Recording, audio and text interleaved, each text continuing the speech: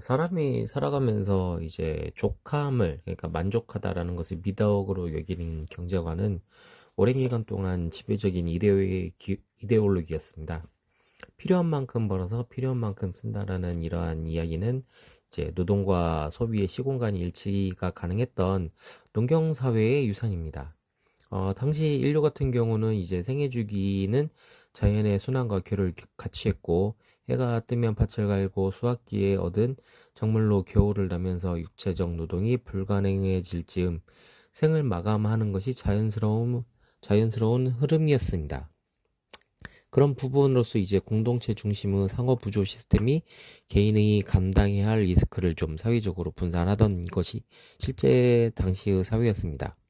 그러나 지금 21세기 현대 자본주의 사회, 돈을 가지고서 이제 자본을 축적하는 이 시대에서는 그러한 고령화, 그 다음에 조기퇴직, 그 다음에 파편화된 노동시장을 특징으로 해서 이러한 과거에 있었던 그런 족함을 의지하는 생계형 소득과는 더 이상 낭만적인 태도가 될 수 없습니다. 이런 부분은 개인의 경제적 파산을 초래하는 가장 위험한 인식이자 구조적 빈곤을 양산하는 재앙의 씨앗이 되고 있습니다. 지금 현대 생애 주기의 가장 치명적인 불균형은 생물학적 수명의 연장과 경제적 활동 기간의 단축 사이의 간극에서 발생합니다. 예를 들자면 1970년대 한국인의 기대 수명은 62.3세에 불과했습니다. 당시 사회 구조에서 60세 정년 퇴직은 곧 죽음을 임박했음을 의미했고, 따라서 은퇴 후 거창한 자복 축적은 불필요했습니다.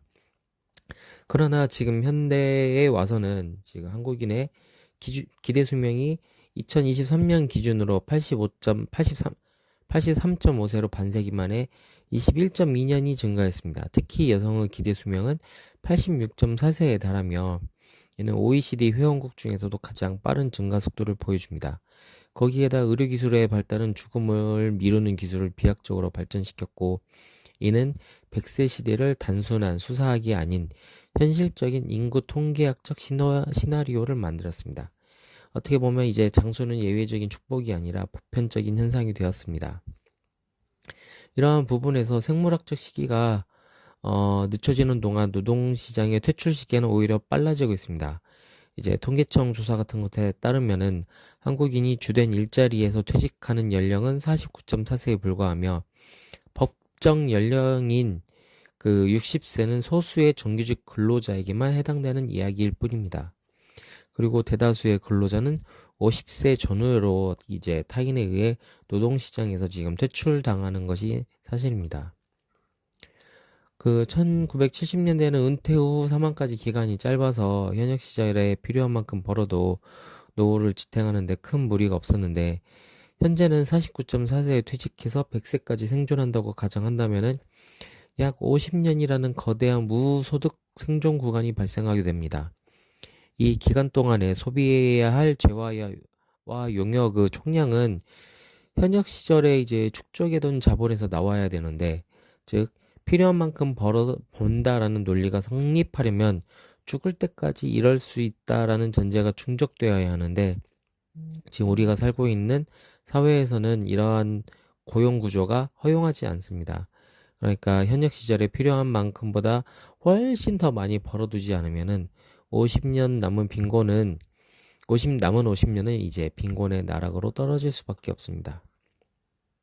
이러한 부분으로 있어서 장수가 오히려 리스크가 되어 가고 있습니다. 이제 오래 산다는 것 자체가 축복이 아니라 재앙으로 변하고 있습니다. 한국의 노인 빈곤율이 OECD 회원국 중에서 가장 높다는 사실은 이러한 장수 리스크가 개별 가게에 얼마나 파괴적인 영향을 미치는지 보여줍니다. 특히 한국의 66세 이상의 노인 빈곤율은 60%를 상회하며 이는 OECD 평균의 3배에 해당합니다.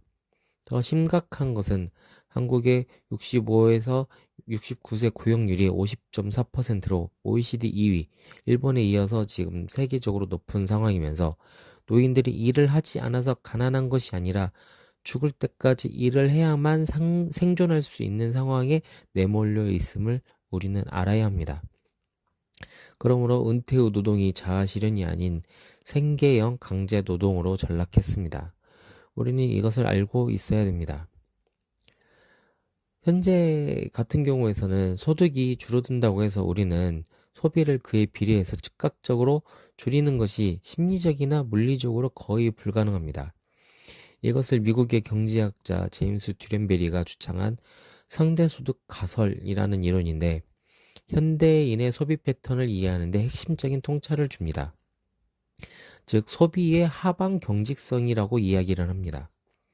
이제 인간이 한번 경험한 생활 수준을 낮추는 데에는 극심한 고통과 저항감을 느끼기 때문에 49.4세에 퇴직해서 소득이 0에 수렴한다 하더라도 이미 고정된 주거비, 차량 유지비, 품위 유지비, 사회적 관계 비용 등은 쉽게 줄어들지 않습니다. 우리가 돈을 적게 벌면 적게 쓰면 된다는 주장은 인간의 소비와에 관련한 심리와 고정비 성격을 간과한 비현실적인 가정입니다. 오히려 나이가 들면 들수록 건강유지 비용, 경조사비, 손자녀들을 위한 지출 등 기타 등등 의무적인 성격의 지출이 높아지는 경험이 있습니다.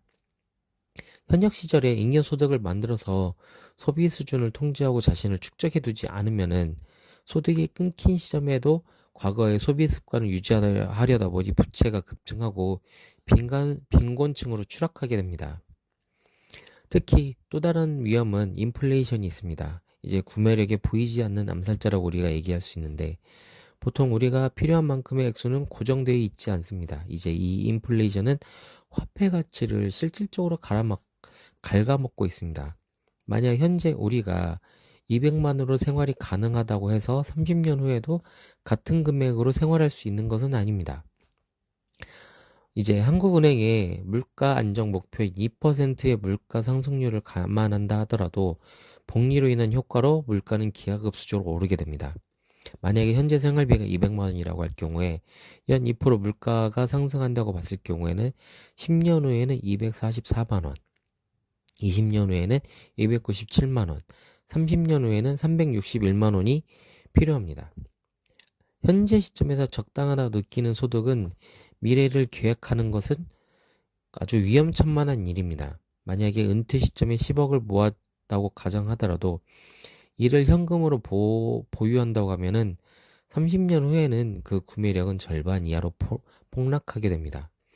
그러면 은퇴 후의 생활비를 현재 가치로 환산했을 때 물가 상승률과 투자 수익률, 이제 할인율 같은 걸 고려하지 않으면은 나중에 심각하게 자금 부족에 시달리게 됩니다. 특히 65세 이후에는 의료비 폭탄이 현실화됩니다. 이제 건강할 때는 적게 벌고 적게 쓰며 소박하게 살겠다라는 말이 나올 수 있지만은 이제 인간이 노화라는 생물학적인 변화에 의해서는 무력화될 수밖에 없습니다. 기준이 2023년도 같은 경우 65세 이상 노인의 진료비가 사상 처음으로 50조 원을 돌파했으며 전체 건강보험 진료비의 약 45%를 차지하고 있습니다. 노인 1인당 연평균 진료비는 536만 원이 지금 넘었으면서 이제 매년 가파르게 증가하고 있다는 것을 우리는 알고 있어야 됩니다. 이러한 의료비가 예고 없이 찾아오는 것을 우발부채 성격을 띈다라는 점이 그 문제가 되고 있습니다.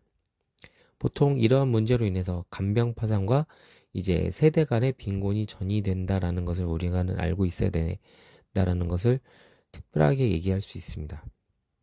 이것을 그러면 어떠한 방법으로 우리가 해결을 해야 되느냐라고 이야기했을 때 이제 공적연금이라는 부분에 대해서 우리는 좀 알고 있어야 됩니다.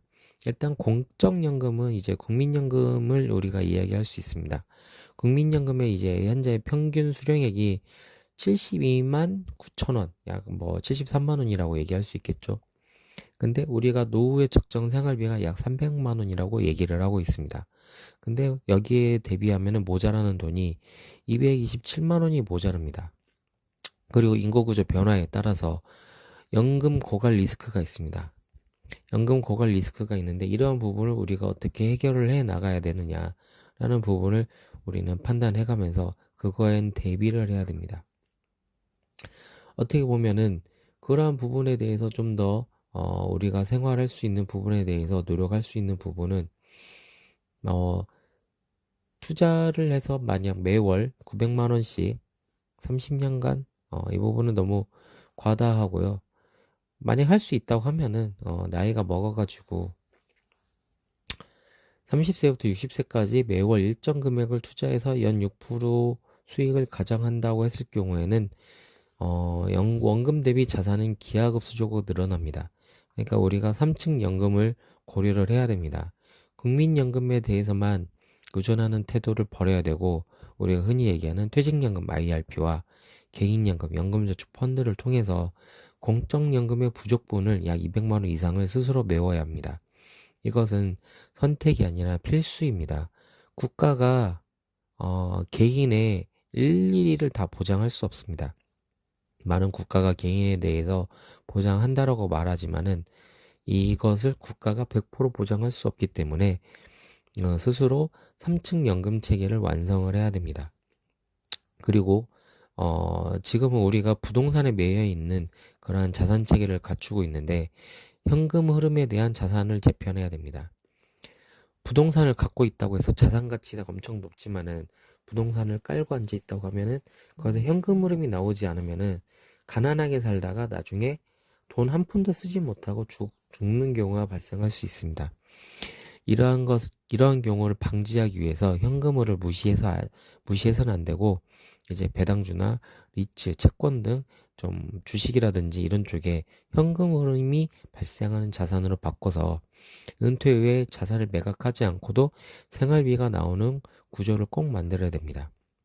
그리고 노후에 이제 비상금 계좌를 별도로 마련을 해가지고 예상치 못한 질병이나 소득 단절로 인한 파산 리스크를 해지하는 최소한의 방어막을 좀 마련을 해야 됩니다. 결론적으로 말씀드리자면은 현대사회에서 더 많이 버는 것은 탐욕의 문제가 아닙니다. 우리가 길어진 생애주기 100세 시대에 인간으로서 존엄성을 지키고 가족을 보호하기 위한 책임의 문제입니다. 우리는 이제 농경사회에서 향수에서 벗어나서 냉철한 통계와 현실 인식을 바탕으로 잉여를 축적하여서 축적해서 100세 시대라는 미지의 영역을 건너는 방법을 우리가 마련해야 됩니다.